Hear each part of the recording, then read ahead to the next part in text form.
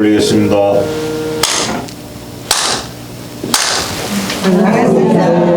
반갑습니다.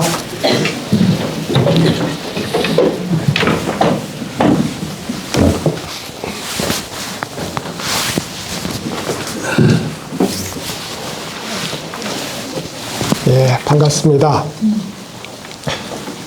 지난 시간에 이제 무득무설분 공부를 했고, 오늘은 이제 제 18번째 48, 30이니까 4분의 1 되는 지점입니다. 32분 중에. 근데 이제 정말로 여기 이후로는 계속 동일한 얘기가 나올 거예요. 요 제 8분 이후로는. 그래서 4분의 1 지점, 크게 일단락 지어지는 지점이 오늘 공부하는 의법 출생분이 되겠습니다. 그러니까 이제 지난 시간에 부처님은 안욕따라 삼맥삼볼이라고 이름해서 얻은 바가 없다, 법을. 그러니까 부처님 깨달은 바가 없다. 그것이 깨달음이다, 이 말이죠. 부처님이라는 주체적 존재가 안욕따라 삼맥삼볼이라는 객관적 어떤 진리를 소유한 적이 없다, 이 말입니다. 왜냐하면 이 반야의 문제는 소유의 주체와 소유의 대상이 사라지는 것이 반야이기 때문에 그렇습니다. 그래서 이제 그러면 현실적으로 우리 눈에 보이는 부처님은 무엇이냐? 엄연히 있지요. 엄연히 있는데 그 부처님에게는, 부처님의 마음에게는 내가 안욕따라 삼맥삼볼이라는 진리를 얻었다는 생각이 추호도 일어나지 않는다. 그런 의미에서 증득한 바가 없다. 그 다음에 부처님의 입에서 나오는 모든 반야 법문이 부처님은 끝없이 쏟아냈지만 실제로는 어떤 세상의 다른 법과 구별될 수 있는 특별한 법이 따로 있지 않으므로 부처님은 특별한 법을 설하지 않았다 해서 설한 바가 없다 이랬어요. 그러니까 이것을 받아들이는 우리 역시 그것을 이것과 저것, 불법과 비불법이라고 둘로 나누는 방식으로 이 공부를 하면 부처님이 서 있는 지점하고 우리가 서 있는 지점이 다르게 됩니다. 부처님은 부처와 중생을 나누지 않는 자리, 불법과 사법을 나누지 않는 자리, 그 자리를 무위법, 무심으로 보여줬는데 우리가 거기에 유심으로 덤비면 만날 수가 없단 말입니다. 그런 의미에서 이제 무득부설분을 공부하고 나면 우리는 그러면 나는 제가 신도로서 부처님의 가르침을 받아서 열심히 보시를 하고 또 대승보살이니까 열심히 부처님 법을 실천하는 소위 자리 이탈을 실천하는 사람인데 이 열심히 하는 이 행위는 나한테 뭐가 될까? 허무한 거 아닌가 하는 생각을 할 수가 있어요. 그 베풀되 이거 당신 거 아닙니다 하면 그러면 내가 이걸 왜 베풀어야 될까가 이제 이 회의적 의심으로 떠오를 수 있다 이 말입니다. 그래서 이제 부처님이 이번에 의법 출생분, 법에 의지하여 부처가 태어나는 것이다라는 이 설법을 이제 하게 됩니다. 우선 이제 의법 출생분입니다. 의는 의지할 의자예요. 우리가 말이죠. 전통 시대에는 자식은 어버이에게 의지하고 아내는 남편에게 의지하고 신하는 군주에게 의지하는 그런 방식으로 의지의 대상이 있었어요. 그렇잖아요. 그죠? 의지의 대상이 있었다고. 실제로 관계로 보면 그 반대도 성립하는데 무슨 말씀인지 알죠? 군주는 신하에게 의지하고 남편은 아내에게 의지하고 아버지는 아들에게 의지하는 그 반대의 화살표도 그려지는데 대체적으로 이제 그때 권위주의 사회니까 이렇게 이제 처음 말씀드린 그런 의지 관계가 형성됐어요. 이게 건강하지 못하다는 거예요. 근대가 되면서. 우리가 각각 100명이면 100명의 독립된 인간이 있는데 누가 누구에게 속한단 말이냐 하면서 이제 이 의지하고 속하는 일에 대해서 극단적으로 비판을 행하게 됩니다. 근데 이게 역사적 숙제였기 때문에 그래요. 이게 꼭 옳지는 않습니다. 의지하는 것에 절대적 옳음이 존재하고 내 스스로 개별적으로 독립된 존재임을 확인하는 것에도 그만큼의 진리가 존재하는 거지 과거의 봉건적 가치관은 틀렸고 근대적 이 소위 독립주체적인 인간을 세우는 이건 옳다 이렇지는 않습니다. 특히 종교적으로는 그래요. 그래서 이제 우리가 이제 불교에 처음 입문하셨을 때 기독교는 하느님에게 의지하는 의타적인 다른 것에 기대는 의지하는 종교이고 우리 불교는 나 스스로서는 소위 극히 자립적인 주체적 종교다 이런 얘기를 한 번쯤은 들어보셨을 거라고요. 근데 잘 들어야 됩니다. 이 얘기를. 우리에게는 두 가지의 나가 있어요. 그러니까 색수상행식의 껍데기에 이렇게 쌓여진 소위 나라고 주장하는 작은 나가 있습니다. 작은 나가 있어요. 이렇게 작은 나를 나로 여긴다면 그는 이제 세상의 이 넓은 벌판에 요만한 이 조개집 같은 요만한 이 자기 성체를 세워놓고 거기서 왕노릇하는 가련한 일일 수 있습니다. 그런데 또 하나의 나가 있어요. 그거는 내 소위 나를 구성하는 건 이 육체뿐만 아니잖아요. 나와 이 세상, 나와 관계 맺는 모든 세상을 나로 부를 수 있습니다. 실제로 나고요. 이게 우주가 나거든요. 그래서 이 우주적 나에 대해서 소위 눈을 뜨게 되면 거기에는 이제 당연히 원리에 원칙에 스승에 기대는 일이 됩니다. 왜냐하면 일단 작은 나를 쓰러뜨려야 되거든요. 작은 나를 허물어야 큰 나가 형성돼요. 무슨 얘기인고 하니 애벌레가 자기를 버리지 않으면 나비가 못 돼요. 희한한 거지. 그러니까 우리 나라고 하는 이 작은 나를 내려놓지 않으면 진짜 나에 도달하지 못한다고요. 그런 의미에서 이제 의지할 의자가 불교에서도 굉장히 중요한 글자가 됩니다. 귀의잖아요. 부처님에게 나를 모두 돌려서 맡기고 부처님의 의지에 나를 모두 의지하는 건 기대는 겁니다. 그랬을 때 나라는 존재가 쏙 녹아서 부처와 구분 없이 한 성분이 되었을 때 이걸 가리켜서 도에 들어갔다 깨달았다 이렇게 말할 수 있는 거거든요. 그래서 의지할 의자 중요합니다. 더군다나 이제 근대도 우리는 근대의 숙제를 완성하지는 못했습니다만 근대도 이제 세계사적 역사적 흐름으로 보면 하나의 지난 시기에 어떤 기억이 된 부분도 있거든요. 지금 와서 다시 사색을 생각을 해보면 우리가 생각했던 그렇게 신성시했던 독립된 나라는 것도 좀 약간 과했다. 실제로 우리는 이렇게 맺고 사는 우리 불교적으로 기대 사는 존재다. 연기적 존재다.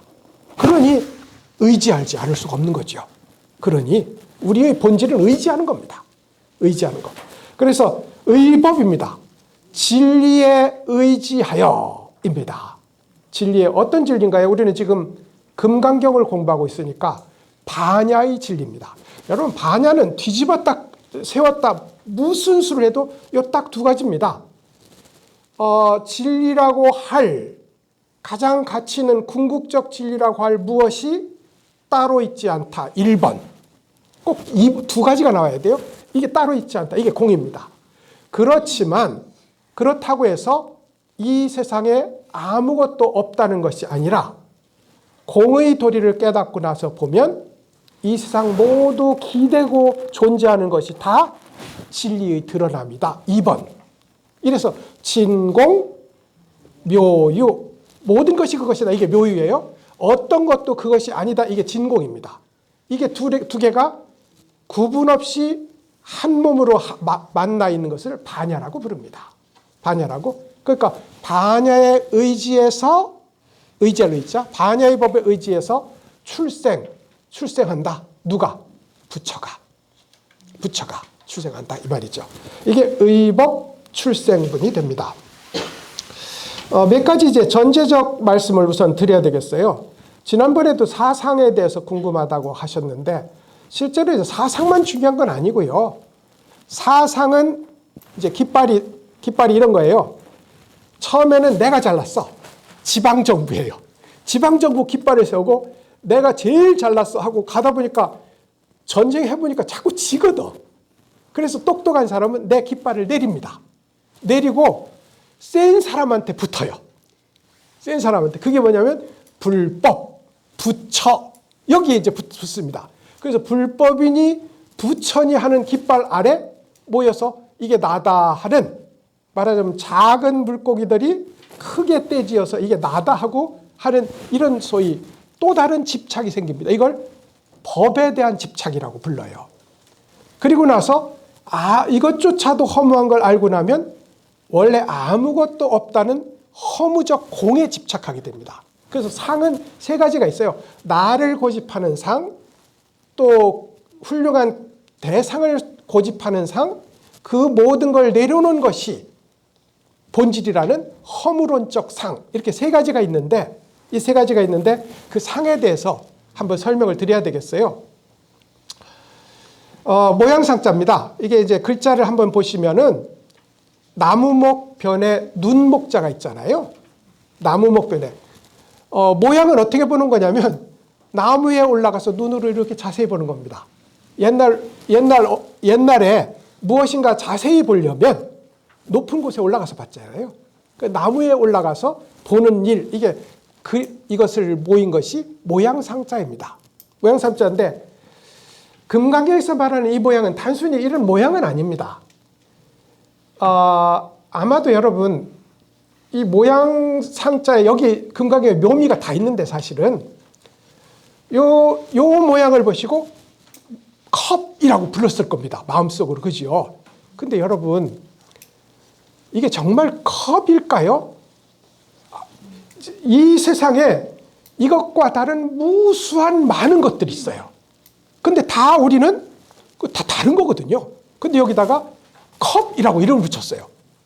종이컵, 도자기컵, 컵이라고 다 이름을 붙였어요. 실제로 다른 겁니다. 그러면 컵이라고 이름 붙인 건 우리가 이 모양의 과학적으로 얘기하자면 기능을 추출해서 담는 이런 것은 다 컵이라고 부르자 한 거지만 실제로는 이게 우리 생각의 장애이기도 합니다. 우리는 총명하지 못하니까 대충 뭉뚱그려서 이것이다라고 비슷한 모양을 묶어서 이름 붙이기를 잘하는 요술쟁이가 하나 숨어 있어요. 요술쟁이가. 그래서 이걸 우리는 관념이라고 부릅니다. 관념이라고 불러요. 그런데 이 관념이 세상의 관계를 맺어나가는 데는 굉장히 편리합니다. 편리해요. 컵 가져와라 하는데 우리 집에 있는 그것만 가져올 필요는 없잖아요. 그걸 닮은 종이컵 가져와도 되고 큰 컵, 작은 컵, 황금컵, 은컵 뭐도 된다고요. 그런데 이게 사회적으로는 편리한 어떤 부분인데 종교적으로는 심각한 문제를 가져온다고요. 그게 뭐냐면 모든 사물에 내 생각이라는 껍질을 덮어씌워. 이러니까 이제 본래 반짝반짝 빛나는 진리에 우리가 생각의 껍질을 거기다 다 씌우니 눈앞에 두고도 우리가 찾는 그것이 눈앞에 있는 걸 못 보게 됩니다. 이게 생각이에요. 그래서 생각에 사로잡힌 우리의 문제를 뭐라고 부르냐면 옴오른 여우라고 비유적으로 말합니다. 옴이라는 병이 있어요. 요즘은 이제 우리가 워낙 청결하니까 그런 병이 없겠는데 과거에 이제 그런 병이 있어서 가려운 거예요. 요즘으로 보면 이제 건선이나 뭐 이런 거가 되겠죠. 그죠? 가려운 거예요. 그래서 한시도 가만히 못 있는 거예요. 그래서 여우가 편안한 굴 속에 가도 불안하고 언덕 위에 올라가도 시원한 바람을 맞아도 불안하고 그리고 물에 들어가도 불안하고 어디에 가도 불안하고 안절부절 못하는 거예요. 가려워서. 우리가 생각을 갖고 사는 사람들은 어디 가도 가려워요. 그래서 설악산 가놓고 나서 한라산 얘기합니다. 그죠? 설악산 가고 나서 한라산 얘기합니다. 오늘 맛있는 국수 먹으면서 저기에 국밥 얘기합니다. 가려워요. 그러니까 우리가 지금 눈앞에 나타나는 것만 빼고 우리 관념을 따라서 엉뚱한 곳에 헤매다 보니 삶이 미끄러지고 낭비를 한다고요. 이게 옴오른 여우와 같다. 생각에 지배받는 우리 삶이 그렇다는 거예요. 그래서 이제 금강경에서는 모양 혹은 관념, 이것의 껍데기에서 빨리 벗어나자. 이게 금강경 교리 전부입니다. 그래서 사상이든 법상이든 비법상이든 이 상에 대한 부정이 거듭거듭 나오게 된다고요. 근데 왜 모양으로 했느냐? 구마라집은 모양이라고 했고 현장 스님은 생각이라고 했어요. 번역을. 근데 구마라집은 왜 모양이라고 했냐면 우리가 머릿속에 있는 모양을 덮어씌우게 합니다. 이걸 보면서 이걸 컵이라고 하기 전에 뭐라고 했냐면 내 속에 있는 컵이라는 한 관념적 컵의 모양이 있어요. 관념적 컵의 모양을 가지고 비슷한 것만 만나면 덮어씌웁니다. 덮어씌워. 그래서 모양과 생각이 같아요. 궁극적으로는 같습니다. 우리 머릿속에서 그렇게 순식간에 일어나기 때문에 모양이고 생각이에요. 그래서 이제 구마라집은 관념을 원래는 관념인데 생각인데 모양이라고 번역했습니다. 불교는 이 밖에도 순수한 표상되는 모양 락샤나, 그 다음에 우리 앞에 이미지로 떠오르는 모양 니미따, 이런 모양이라는 단어들이 여러 개가 나오는데 구마라집은 일괄 그냥 모양으로 번역했습니다. 그리고 큰 문제는 없어 보입니다. 실천하는 데 있어서는. 학문적으로는 조금 분석해야 돼요. 그래서 이제 모양에 대한 얘기를 하나 올려드렸고요. 이제 익숙한 건데요. 용어를 하나 아시면 해결하는 데 많이 도움이 되거든요. 모양상자를 쓰는 상과 성품성자를 쓰는 성에 대해서 잠깐 개념 정리를 해드리고 싶습니다. 이제 모양은 예를 들어 제가 예전에도 자주 들어드리는 어머니에 대한 사랑, 이게 이제 본질이라고 봅시다. 본성. 근데 이 본성은 어머니에게 용돈 드리는 모양, 어머니에게 밥 사주는 모양, 어머니에게 전화해주는 모양을 통해서밖에 구현되지 않아요. 그렇지 않고 엄마 한 6개월에 한 번 전화 걸어서 엄마 내 사랑하는 거 알지? 그러면 그거 사랑이 아니잖아요. 그러니까 모양과 본성은 한 몸이에요. 한 몸인데 그렇다고 어머니 어깨 주무르는 것이 어머니 사랑이지요 라고는 못해요. 무슨 말씀인지 알죠? 이 본질이 어머니에 대한 사랑, 본질이라는 게 딱 자리 잡고 이게 드러날 때는 모든 모양이 사랑이지만 어떤 모양을 특정해서 이게 어머니 사랑이다 이렇게 못한다 이 말입니다. 어머니한테 돈봉투 주면서 사랑 이렇게는 안 되는 겁니다. 그래서 모양만 독립하거나 본성만 독립하면 성립하지 않는 관계가 성과 상, 모양과 본성의 관계이기도 합니다. 그러니까 우리가 본성을 깨닫는 걸 뭐라고 해요? 견성이라고 하잖아요. 견성은 궁극적으로 이 세상의 모양을 있는 그대로 잘 보는 일이기도 합니다. 이 두 개가. 그래서 이제 성과 상이라는 용어를 꼭 기억해 두시면 불법을 논의할 때도 늘 요 범주에서 말하는 거거든요. 늘 범주에서. 그래서 모양의 본성의 본질에 집중하면 전부 아니다로 하게 됩니다. 무슨 말이에요? 본성의 차원에서 말하면 전부 아니다예요. 그래서 이게 진리지요? 아닙니다. 부처님한테 3000배 하는 게 진리지요? 아닙니다. 다 아니다가 돼요. 근데 모양의 측면으로 들어오면 다 그렇다가 됩니다. 다 그렇다가 돼서 그래서 모양의 측면에서는 산은 산이고 물은 물이라서 만사만물이 다 그것입니다. 그래서 이걸 모두 그렇다는 긍정으로 돌아간다. 모양과 성품의 관계가 그래요. 그래서 성상 꼭 기억해 두시면 좋겠습니다. 성상. 이렇게 선에서 이렇게 말합니다. 육조 스님이 말했는데 나에게 여기 한 물건이 있습니다. 이게 본성이에요. 한 물건이 있는데 꼬리도 없고 머리도 없습니다. 지금부터 이제 골치 아픈 거예요. 꼬리도 없고 머리도 없습니다. 이름도 붙일 수 없고 별명도 붙일 수 없습니다. 그런데 위로는 하늘을 바치고 아래는 땅을 바치고 서 있습니다.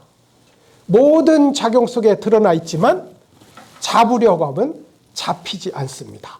이게 성품 성자예요. 이게 성품 성자예요. 성품의 측면에서 보면 이렇게 됩니다. 없고 아니고입니다. 그런데 성품을 바로 본 사람은 만사만물이 그것이라서 돈은 어디에 있습니까? 하면 중앙동 저 대로변에 있네요. 이렇게 말하는 거예요. 도가 길도자니까요.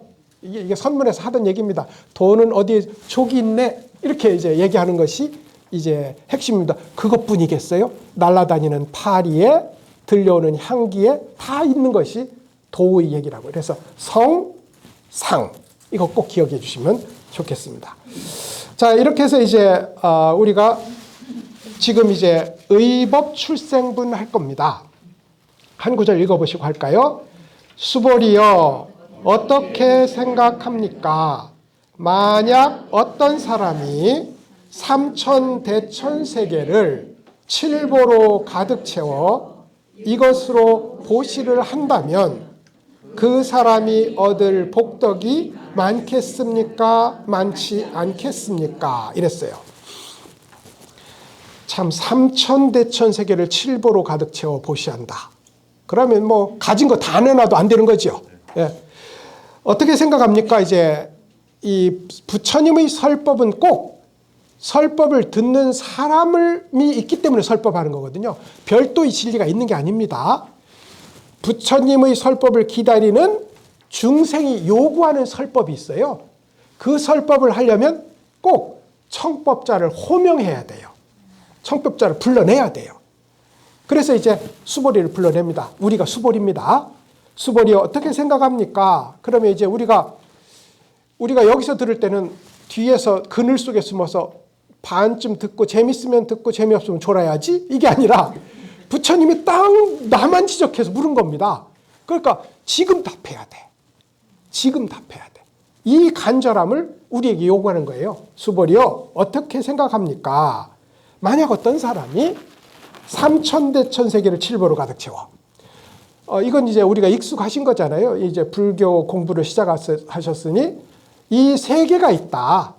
이 세계를 우리는 그냥 쉽게 태양계 정도로 이해하시면 될 것 같아요. 가운데 장구 모양, 이놈 산은 이상한 게 위도 넓고 아래도 넓어요. 가운데만 이렇게 쑥 허리가 줄어들어 있어요. 이게 수미산입니다. 그래서 수미산이 있는데 수미산의 이 주위로 해와 달이 돌아요. 태양계니까요. 해와 달이 돌고 그리고 수미산의 중턱에 산뽀구리가 4개가 있는데 이 4개의 산에 4대 천왕이 살고 있다 이 말입니다. 4대 천왕이. 그래서 이제 동방 지국천왕, 남방 증장천왕, 서방 광목천왕, 북방 탁탑천왕 혹은 살고 있어요. 우리는 탁탑천왕이라고 부릅니다. 탑을 들고 있어서. 탁탑천왕이 살고 있는데 이 4명의 천왕들이 4대 부주를 통치합니다. 그러니까 동승신주, 남선부주, 서우화주, 북구로주라는 4개의 대륙을, 이게 지구예요. 이게 이제 4개의 대륙을, 지구, 우리 지구는 남선부주니까요. 그래서 이제 이런 지구가 또 있다 이 말이죠. 4개의 대륙을 이렇게 다스리는데 위로는 하늘이 더 넓어집니다. 사천왕은 수미산의 중간이고 정상에 뭐가 하나 더 있어요. 도리천. 거기서 한 걸음 더 가면 야마천. 거기서 또 한 번 가면 도솔천. 거기서 더 가면 화락천, 타화자재천. 여기 6개 6천입니다. 여기까지 하고 한 칸 더 가서 새끼 초선천까지 올라가는 종축이 일어나요. 위로는. 아래로는 수미산 아래는 물이 있습니다. 물 받침대가 있어요. 수미산이 물에 떠 있거든요. 물 받침대 있고 이 물 받침대는 수미산의 제일 위에는 흙이겠죠. 그 다음에 물 받침대가 있고 그 밑에는 바람 받침대가 있습니다. 풍륜이라고 부르는 그 풍륜까지 횡으로는 7개의 산과 7개의 바다가 있고 마지막 전체 울타리에 해당하는 산이 있는데 그 산 이름이 철위산이에요. 쇠처럼 둘러서 있다 이 말입니다. 요게 한 세계예요. 요 세계가 1000개가 되면 소천세계. 이 소천세계가 다시 1000개가 되면 중천세계. 이 중천세계가 다시 1000개가 되면 대천세계가 됩니다. 이게 이제 아마 우리은하쯤 될 거예요. 우리은하쯤 될 거라고. 근데 이제 삼천이라는 건 이런 대천세계가 3,000개 있다는 뜻이 아닙니다. 소천할 때 1,001번 했지요. 중천할 때 1,001번 했고 대천할 때 1,001번 했으니까 1,000이 3번 가요. 대천세계가 3,000개 있다는 뜻이 아니에요. 그러니까 이제 여기서 나누는 최소 단위가 이런 이제 대천세계가 하나 있다. 그 대천세계의 모든 재물을 말이죠. 있는 모든 재물을 끌어모으면 거기다 이제 그걸 7부로 가득 채워요. 도대체 누가 그럴 수 있겠어요? 우리는 고작해야 뭐 집 한 채, 통장에 몇 푼? 어떻게 이렇게 하겠어요? 어떻게 이렇게? 그래서 옛날부터 누가 이렇게 할 수 있느냐를 가지고 논의들을 했어요. 참 쓸데없는 논의지. 실제는 우리 정성이 하는 거잖아요. 그런데 이제 하여간 이걸 학자들은 논의했어요. 옛날 학자들부터. 생각해보니 이 세계의 가장 맨 위층에 있는 왕이 하나 있는데 그 왕 이름이 색계 초선철의 대범천왕입니다. 그러니까 대범천왕이면 이 정도 일을 하겠다. 자기 국토에 있는 모든 걸 내어주는 거니까. 그렇게 이제 이야기하는 해석가들이 전통적으로 있어 왔습니다. 뭐 저는 큰 의미는 없다고 생각하고 우리의 가진 모든 걸 내놔서 이거예요. 내놔서 7보로 가득 채웠어. 7보는 이제 금, 은, 뭐 옥 이런 걸 다 합해서 7가지의 귀중한 재물이 있다는 겁니다. 제가 여기다 써놨어요. 당시에 소중하게 여겼던 그런 이제 보석들을 다 총망라한 것이 7보입니다. 7보로 가득 채워서 보시를 한다면 그 복덕이 많겠습니까? 하고 물었어요. 여러분 많으면 있잖아요. 아까 제가 성상을 말씀드렸잖아요. 성품은 하나입니다. 성품은 하나예요. 그러니까 바다는 10개, 20개가 될 수 있잖아요. 부산항, 뭐 제주항, 목포항, 태평양, 대서양. 바다는 여러 가지 이름이 붙을 수 있잖아요. 근데 바다를 하나 딱 관통하는 특징이 하나 있어요. 짜다. 이 짠 걸 본성이라고 합시다. 짠 걸 본성이라고 하면 다양한 이름과 모양을 갖는 바다는 현상이 돼요. 모양이 돼요. 모양은 많고 본성은 하나입니다. 이 관계예요. 하나와 많음의 관계가 그렇습니다.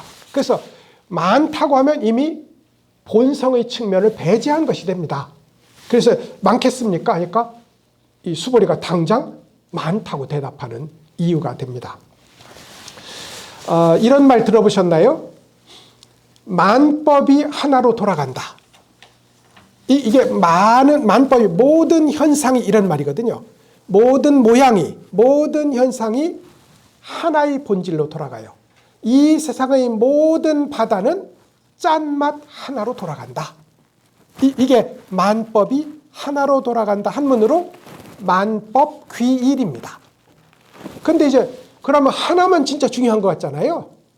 근데 하나는 아까 제가 말했잖아요. 잡아도 잡을 수가 없어요. 그러면 하나는 어디에서 확인할 수 있느냐면 만법에서 확인합니다. 만법에서. 이건 바다가 짠 걸 어디서 확인해요?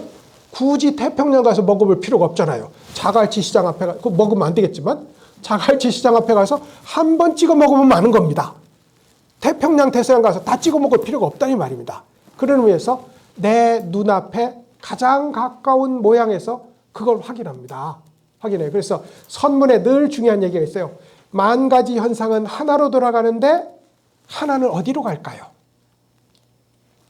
선은 안 해보셨던 분이 있을 거지만 답은 할 수 있죠. 하나는 어디로 가냐면 자갈치 시장 물로 갑니다. 이렇게 되는 거예요. 그죠?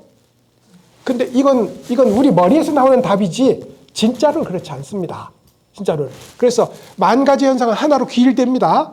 귀납돼요. 이건 철학적으로도 옳잖아요. 10,000가지 현상은 하나의 진리로 꿰어져 있어요. 그럼 이 하나의 진리는 어디에서 찾을까요? 여기서 찾는다 이 말입니다. 눈앞에 이 현상에서. 만법기일 일귀하처. 이게 선문에서 말하는 건데 말로는 할 수 있지만 실제로는 깨달아야 말할 수 있는 그런 이야기가 되겠습니다. 여기 많다가 가리키는 바가 그렇습니다. 만타가. 손오공이 72가지 변신술로 무수하게 변했지만 변한 모든 속사정은 뭐예요? 손오공. 공이잖아요.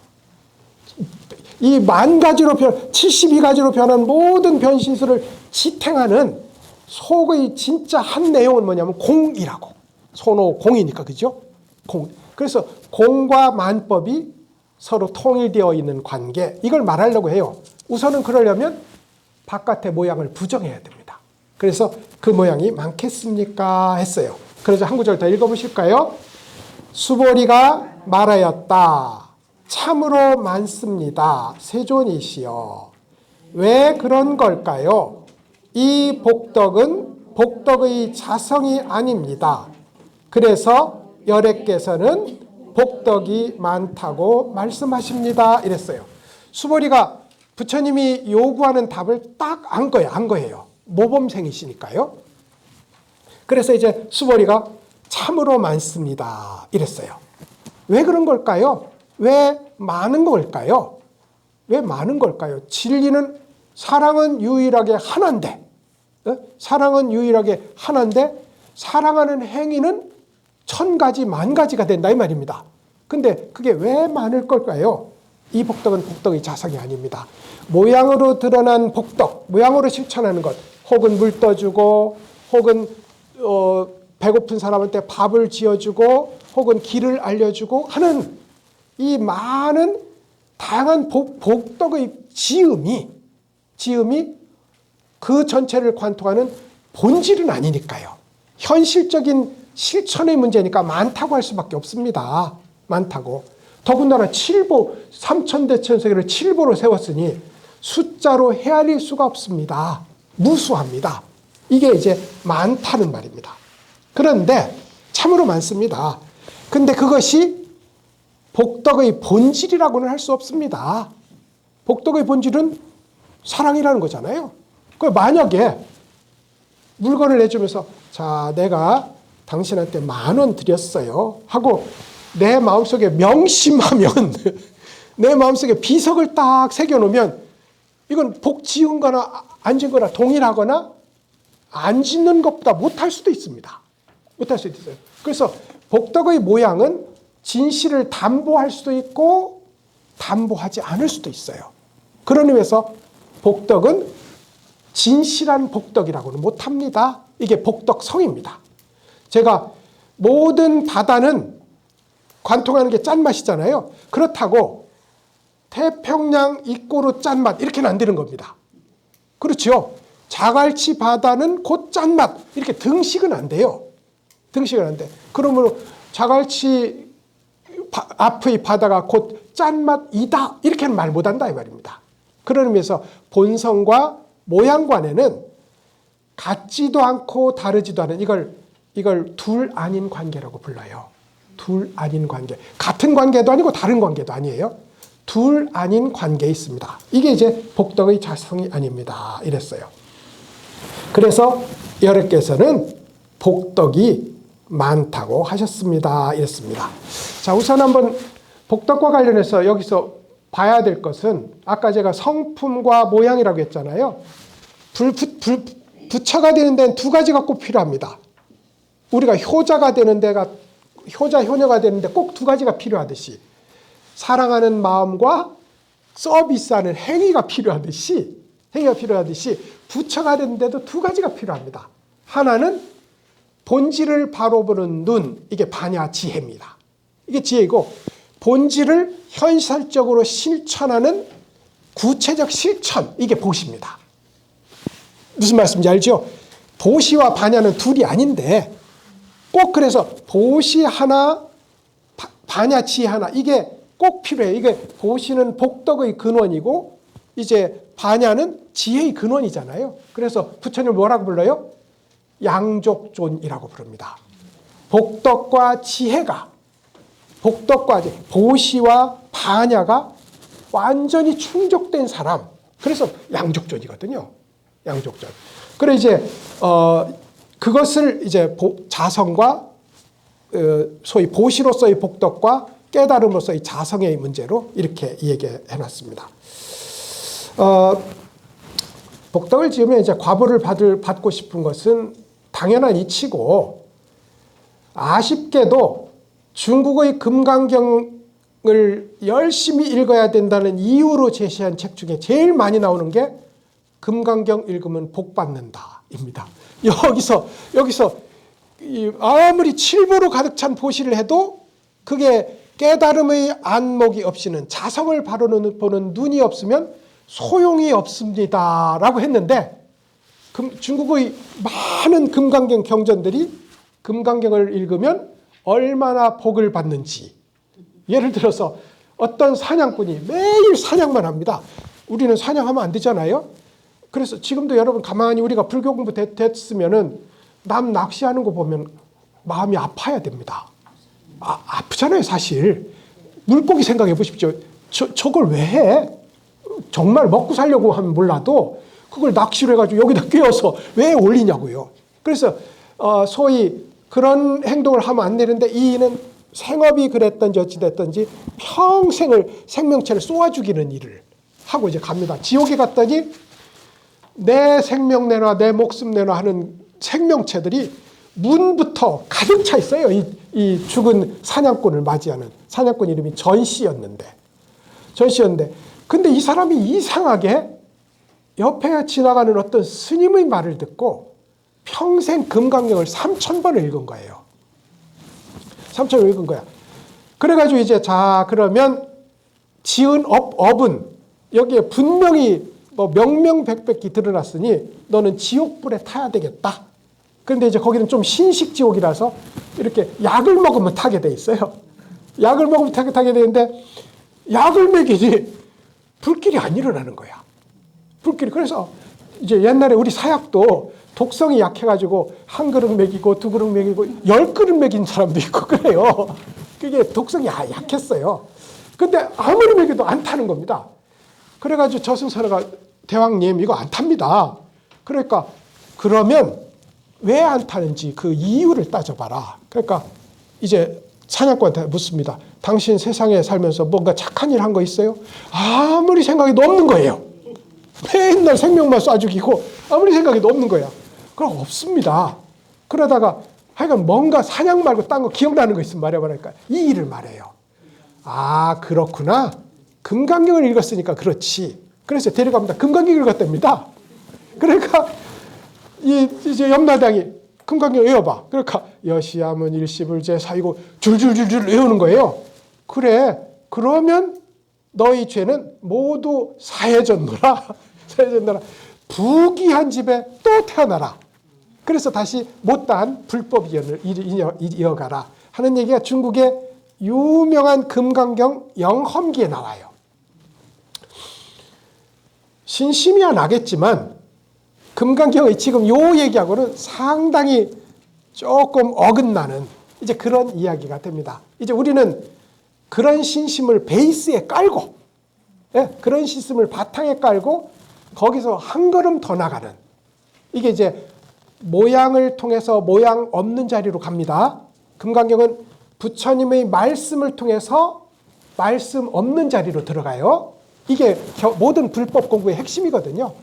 부처님 말씀을 듣고 스님의 말씀을 들어야 불법으로 들어가는 문 앞에 가서 서게 됩니다. 그러면서 계속 문을 두드리는 거야. 그러다가 내 스스로 어느 날 문을 여는 비결을 알게 됩니다. 누가 열어주지는 않습니다. 내가 열어요. 내가 열어. 그래서 이제 들어가는 거거든요. 말을 통해서 말 없는 문으로 들어가고 모양을 통해서 모양 없는 자리로 들어가는 것. 이게 지금 이제 수보리가 말하는 이런 이야기가 됩니다.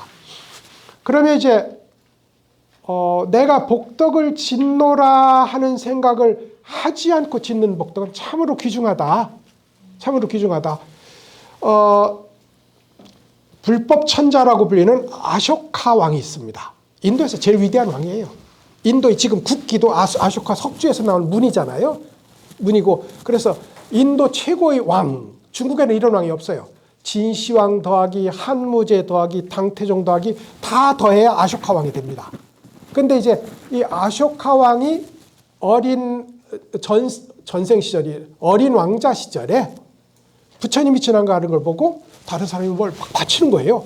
꽃도 바치고 먹을 것도 바치고 뭘 바치니까 자기도 가만히 놀이를 하다 보니까 모래성을 쌓은 모래가 있는 거예요. 그래서 이걸 그릇에 넣어서 바쳤다 이 말입니다. 그러니까 저 아이는 이 모래 공양으로 우리가 이후에 전 인도를 통일하는 전륜성왕이 될 것이다. 전륜성왕이 그런 뜻이거든요. 천하 통일을 이룬 왕, 이게 전륜성왕입니다. 전륜성왕이 될 것이다. 그래서 이제 제자들이 그래요. 모래 한 그릇인데요. 그러니까 모래를 자기가 지금 낼 수 있는 최선의 마음을 가지고 모래를 바친 것이므로 저 공양은, 저 보시는 자기를 모두 바친 것이 된다. 그러니까 무량한 복덕을 받게 된다는 거죠. 다만 하필이면 모래를 바쳤기 때문에 이 사람의 피부가 거칠거칠했다네. 보시에도 예쁜 꽃 해야지 가시 있는 거 하면 못 쓴다고요. 이 사람이 거칠거칠했다네요. 그래 어찌됐든 처음에는 엄청난 살육을 저지르다가 자기 형제가 100명인데 99명을 죽였어요. 예, 자기 어머니가 같은 동복 동생만 살려놓고 나머지 이복 동생은 다 죽였다는 겁니다. 우리 세조도 그랬잖아요. 예, 그래서 나중에 세조도 불법에 귀의하잖아요. 그런 것처럼 이제 저지른 죄가 컸는데 불법 귀의도 컸어요. 커서 이제 아쇼카왕이 그렇게 위대한 군주가 되었던 것도 보시 때문이었다라는 게 이제 여기 보시의 공덕으로 이야기하게 합니다. 그러니까 보시가 의미 있는 게 아니에요. 의미 없는 게 아닙니다. 보시는 우리가 할 1번 덕목입니다. 우리가 가진 게 무엇이든 나에게 가장 귀중한 것을 내놓는 정신, 이것이 반야 정신의 출발이다. 내 걸 내놔야 내가 허물어지지. 내 통장에 잔고를 지금 떨어내는 건데 물질적 잔고가 좀 떨어져 나가면 나중에 정신적 잔고를 내려놓을 수 있습니다. 그게 있잖아요. 내가 물질을 이렇게 안고 정신적으로 자유로우면 되잖아요. 이렇게 말할 수 있잖아요. 천만에. 이걸 불교적으로 뭐라고 얘기하면 소금 반가마니를 먹고 안 짜려고 하는 것과 같다. 무슨 말인지 알죠? 재산을 끌어안고 정신적으로 자유로우려고 하는 것은, 물질을 끌어안고 반야지혜를 성취하려고 하는 것은 소금 반가마니를 먹고 안 짜려고 하는 것보다 더 어렵다. 그래서 이제 보시는 1번 항목이면 틀림없습니다. 다만 보시의 수량과 보시의 공덕에 너무 마음을 쓰면 안 된다. 그러면 공덕이 반감되거나 사라질 수도 있다. 잊어주셔야 된다. 아쇼카왕이 그랬던 것처럼 잊어줘야 된다. 내가 무엇을 했는지 오른손이 한 일을 왼손이 한 일을 오른손이, 어제 한 일을 오늘. 적어도 보시에서는 치매가 돼야 된다. 이렇게 돼야 진정한 이제 소위 모양을 통해서 모양 없는 자리로 들어가는 반야 공부가 성숙해 간다 이 말이죠. 그래서 여기 복덕이 많다고 하셨습니다까지 했어요. 잠깐 쉬셨다가 그 못한 얘기를 한번 쭉 이어가 보시죠.